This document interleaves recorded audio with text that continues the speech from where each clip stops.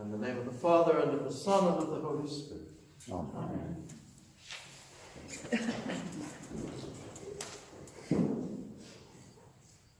What a beautiful day. It's wonderful. And it is the time of year, at least I'm ready for spring to happen. And we do have it easy, really. I am in contact with relations in America. Lots of snow. You don't have that. Of course, I realize we're not through all of this yet. But we have these signs already. I stepped out into that garden the other day. It was a daffodil. But in other places as well. There are snowdrops, crocuses, daffodil shoots, all these signs of new life, some new weeds. No one wants to stay in winter all year round, even if you like it. Do you? We like that rhythm of the seasons and those days when the sun shines and the fresh breeze becomes warmer. And the Bible is full of this sort of thing.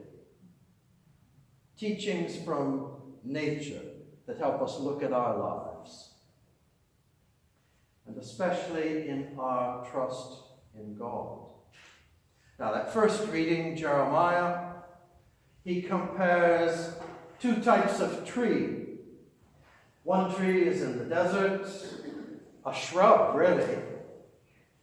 It will never grow, it will never thrive. It's all alone there in the desert without anything to nourish it, except maybe a rain once in a while.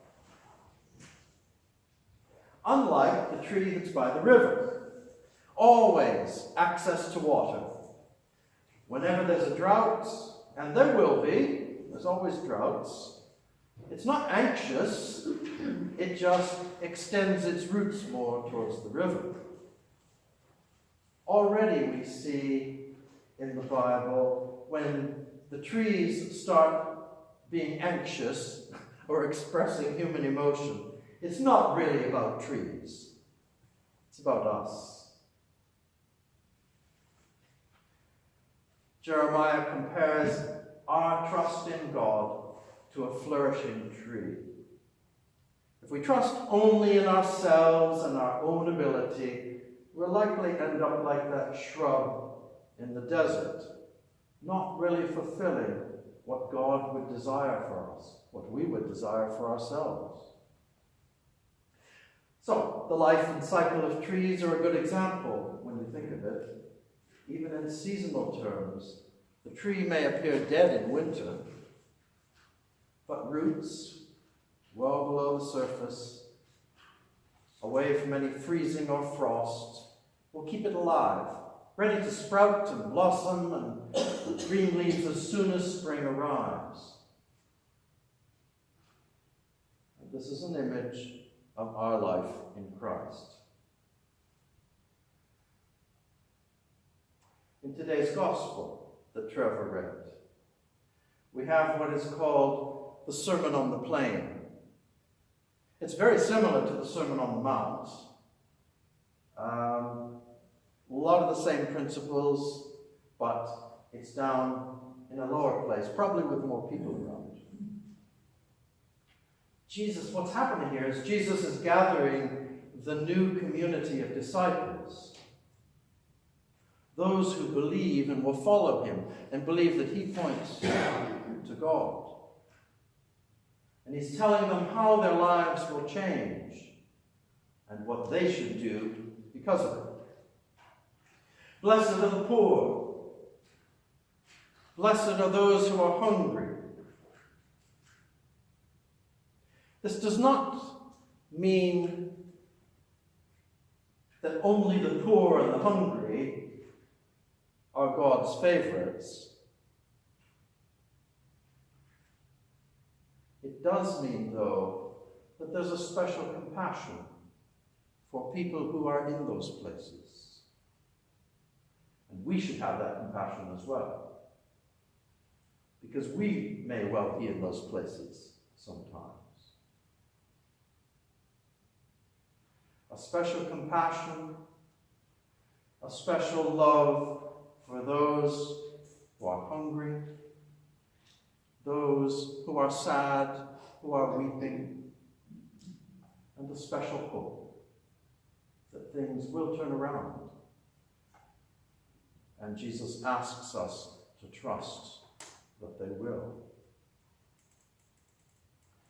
And we all know trusting in God at difficult times is sometimes made worse by know-it-all preachers who say, just have faith, everything will turn out okay. Well, there is a message there that will happen, but it's not always helpful for someone to tell you that, unless there is belief that that will happen. And so that's why Jesus and others point to nature. Well, look around you, see how God renews. That's an example.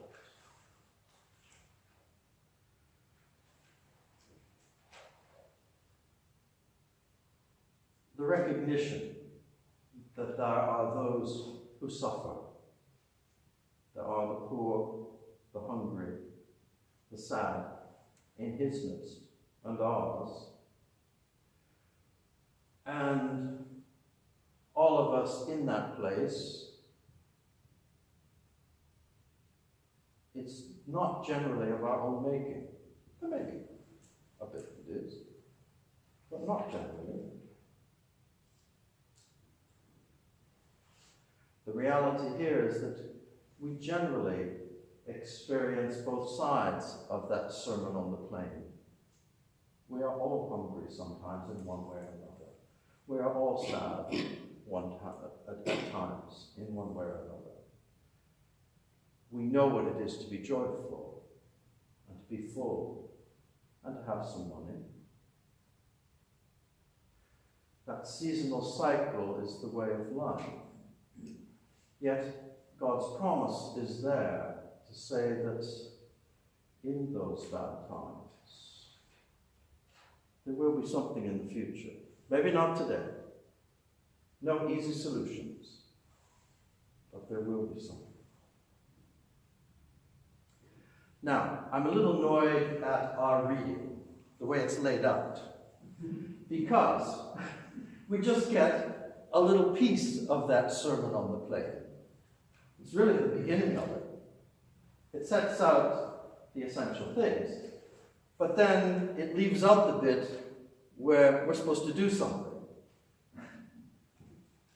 And so you're only getting half the sermon. So if you have a Bible, go home and read the rest of the story. But I'll give you just a very quick bit of it, because it's startling, actually. As important as today's assurance of God's blessing always being with us, there are some actions that we need to take on God's behalf for others and for ourselves. And that's the controversial bit. The very next verse after what we read today. So then, love your neighbor, love your enemies. Do good to those who hate you. Bless those who curse you. Pray for those who abuse you. And it goes on in a similar vein. And those are the controversial, difficult things. And it follows on from this pronouncement of blessing. This is the Christian life of blessedness. And this is where, and we always say, and I believe, Christianity is very inclusive of everyone. But this is where it gets difficult and maybe a bit exclusive.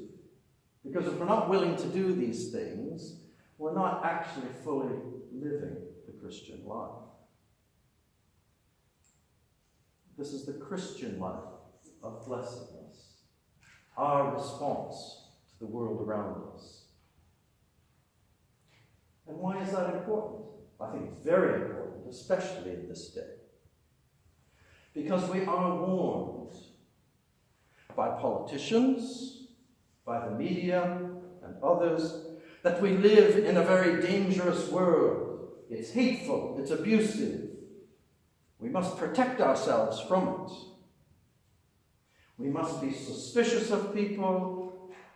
We must protect our belongings, not interact with those who may harm us. Now, some of that seems very good advice. But think of a life lived totally that way. It's very closed. It's very insular. No, I won't talk to them. No, they can't be a part of my church. No. There's all kinds of ways that can go if we just follow the wisdom of the world around us.